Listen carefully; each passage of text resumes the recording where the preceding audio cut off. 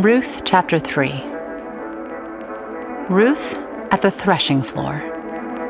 One day Naomi said to Ruth, "My daughter, it's time that I found a permanent home for you so that you will be provided for. Boaz is a close relative of ours, and he's been very kind by letting you gather grain with his young women. Tonight, he will be winnowing barley at the threshing floor. Now do as I tell you. Take a bath and put on perfume and dress in your nicest clothes. Then go to the threshing floor, but don't let Boaz see you until he has finished eating and drinking. Be sure to notice where he lies down. Then go and uncover his feet and lie down there. He will tell you what to do." "I will do everything you say," Ruth replied. So she went down to the threshing floor that night and followed the instructions of her mother-in-law. After Boaz had finished eating and drinking and was in good spirits, he lay down at the far end of the pile of grain and went to sleep. Then Ruth came quietly, uncovered his feet, and lay down. Around midnight, Boaz suddenly woke up and turned over. He was surprised to find a woman lying at his feet. "Who are you?" he asked. "I'm your servant Ruth," she replied. "Spread the corner of your covering over me, for you are my family redeemer." "The Lord bless you, my daughter," Boaz exclaimed. "You are showing even more family loyalty now than you did before, for you have not gone after a younger man, whether rich or poor. Now, don't worry about a thing, my daughter. I will do what is necessary, for everyone in town knows you are a virtuous woman. But while it's true that I am one of your family redeemers, there is another man who is more closely related to you than I am. Stay here tonight, and in the morning I will talk to him. If he is willing to redeem you, very well, let him marry you. But if he is not willing, then as surely as the Lord lives, I will redeem you myself. Now, lie down here until morning." So Ruth lay at Boaz's feet until the morning, but she got up before it was light enough for people to recognize each other. For Boaz had said, "No one must know that a woman was here at the threshing floor." Then Boaz said to her, "Bring your cloak and spread it out." He measured 6 scoops of barley into the cloak and placed it on her back. Then he returned to the town. When Ruth went back to her mother-in-law, Naomi asked, "What happened, my daughter?" Ruth told Naomi everything Boaz had done for her, and she added, "He gave me these 6 scoops of barley and said, 'Don't go back to your mother-in-law empty-handed.'" Then Naomi said to her, "Just be patient, my daughter, until we hear what happens. The man won't rest until he has settled things today."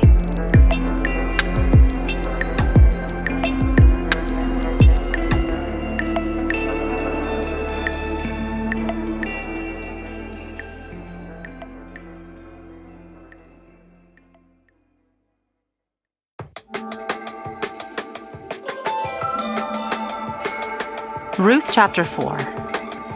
Boaz marries Ruth. Boaz went to the town gate and took a seat there. Just then, the family redeemer he had mentioned came by, so Boaz called out to him.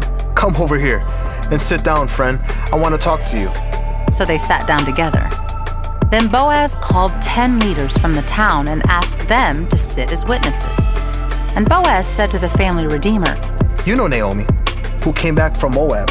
She is selling the land that belonged to our relative Elimelech. I thought I should speak to you about it so that you could redeem it if you wish. If you want the land, then buy it here, in the presence of these witnesses. But if you don't want it, let me know right away, because I am next in line to redeem it after you." The man replied, "All right, I'll redeem it." Then Boaz told him, "Of course, your purchase of the land from Naomi also requires that you marry Ruth, the Moabite widow.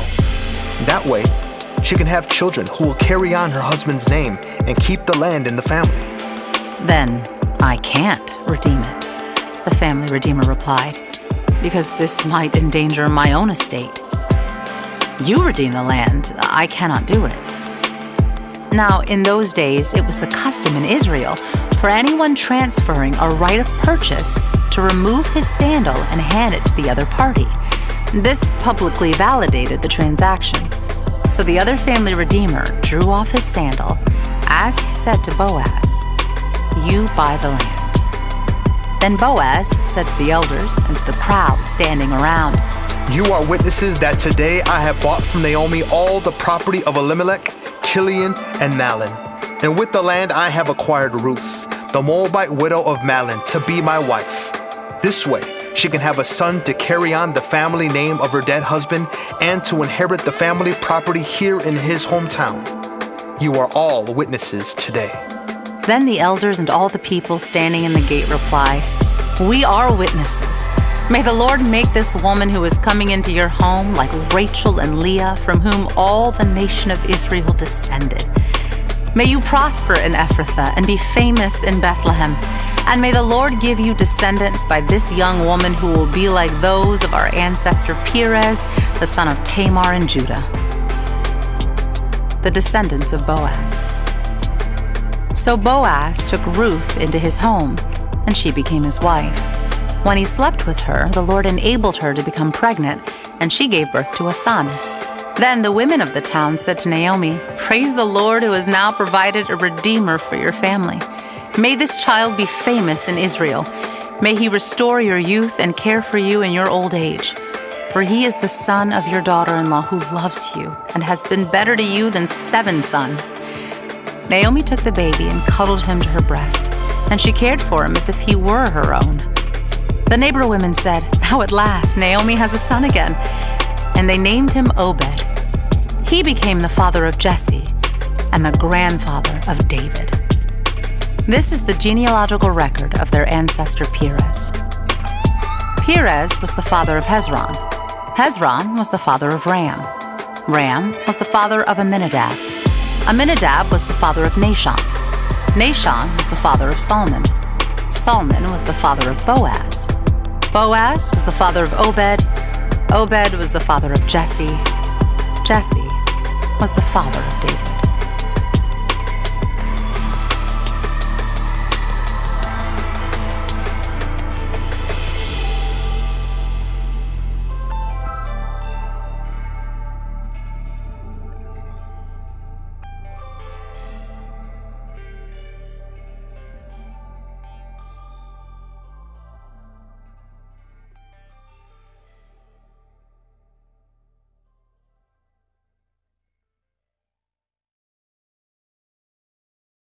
The Book of Ruth.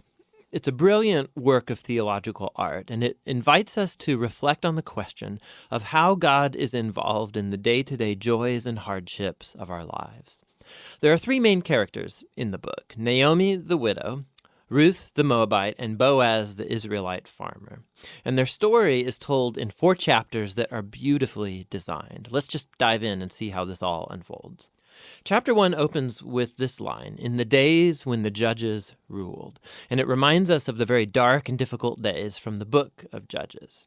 And here we meet an Israelite family in Bethlehem, struggling to survive through a famine. And so in search of food, they move on to the land of Moab, Israel's ancient enemy. And there the father of the family dies, and the sons marry 2 Moabite women, Ruth and Orpah. And then the sons, they die too. And so they leave only Naomi and these new daughters-in-law. And so Naomi, she has no reason to stay anymore. And so she tells her new daughters-in-law that she's moving back home. And Naomi, she knows that the life of an unmarried foreign widow in Israel is going to be very hard. And so she compels the women to stay behind. Orpah agrees, but Ruth does not. She shows remarkable loyalty to Naomi, and she says, "Wherever you go, I'm going to go. Your people will become my people, and your God will become my God."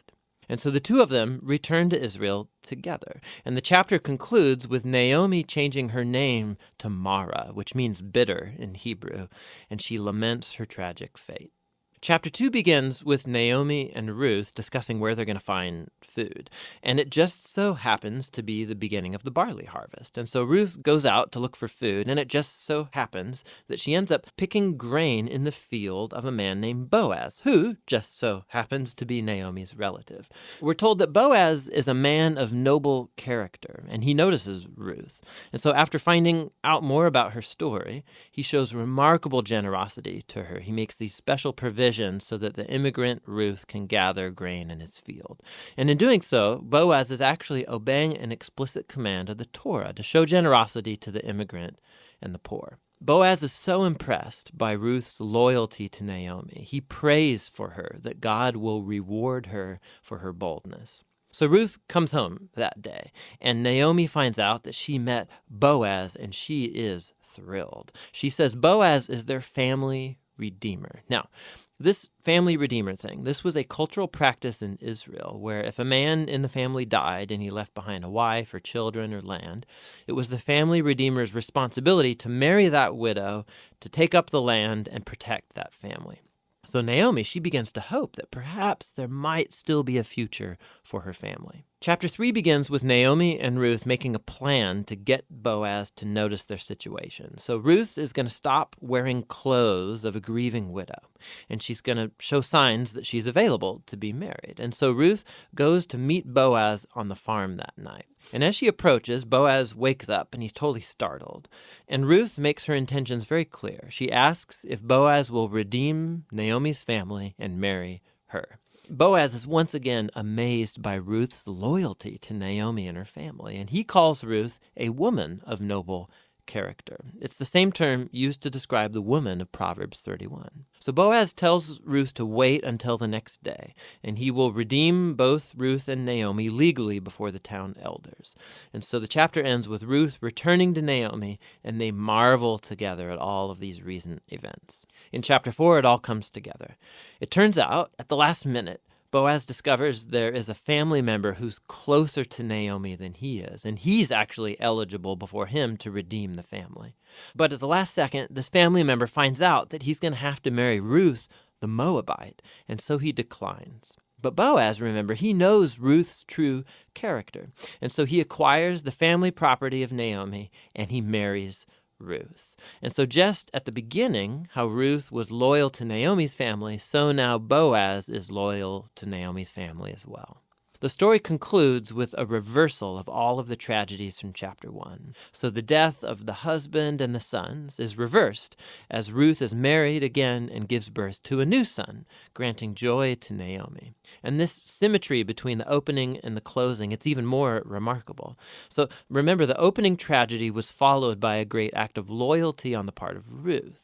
And that is now matched by Boaz's act of loyalty that leads to the family's final restoration. And this symmetry, it highlights the design of the internal chapters as well. So each of the chapters begins with Naomi and Ruth making a plan for their future, and that's followed by a providential meeting between Ruth and Boaz, and each chapter concludes with Naomi and Ruth rejoicing at what's taken place. This story is beautifully designed, and that design actually connects with a really interesting feature of the story, and that's how little God is mentioned. Right? The characters talk about God a few times, but the narrator actually never once mentions God doing anything directly in the story, and that's its brilliance. Because God's providence is at work behind every scene of this story, weaving together the circumstances and choices of all these characters. So Naomi, her tragedy leads her to think that God is punishing her, but actually the whole story is about God's mission to restore her and her family. And he's doing so through Ruth, through her boldness and loyalty, which brings healing to Naomi's life, but not without Boaz, who's a no-nonsense farmer who's full of generosity and loyalty. And so God uses his integrity combined with Ruth's boldness to save Naomi and her family. And so this story brilliantly explores the interplay of God's purposes and will with human decision and will. God weaves together the faithful obedience of his people to bring about his redemptive purposes in the world. And that leads to the real end of the story. The book of Ruth concludes with a genealogy, showing how Boaz and Ruth's son, Oved, was the grandfather of King David, from whom came the lineage of the Messiah.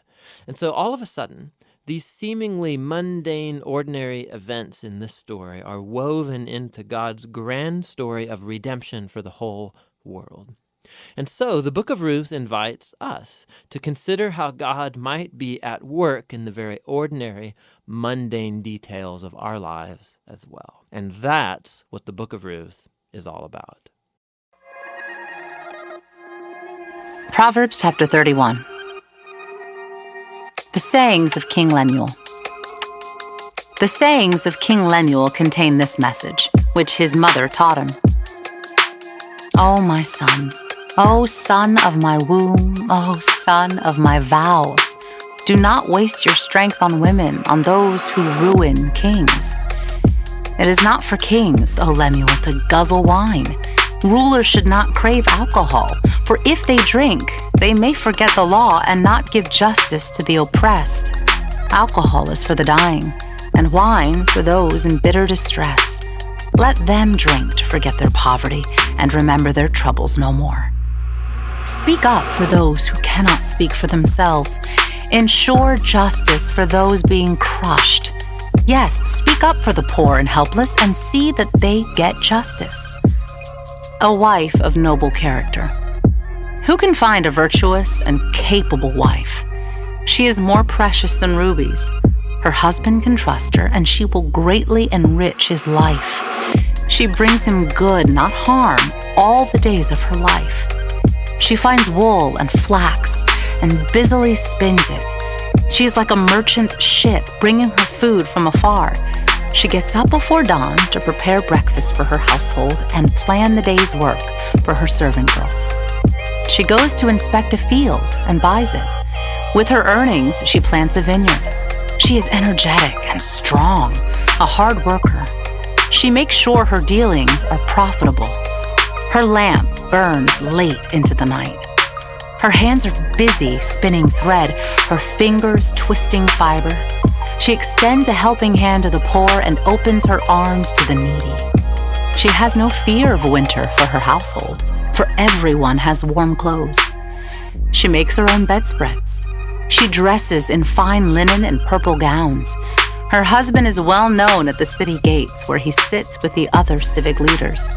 She makes belted linen garments and sashes to sell to the merchants. She is clothed with strength and dignity, and she laughs without fear of the future. When she speaks, her words are wise, and she gives instructions with kindness. She carefully watches everything in her household and suffers nothing from laziness. Her children stand and bless her. Her husband praises her. There are many virtuous and capable women in the world, but you surpass them all. Charm is deceptive, and beauty does not last. But a woman who fears the Lord will be greatly praised. Reward her for all she has done. Let her deeds publicly declare her praise.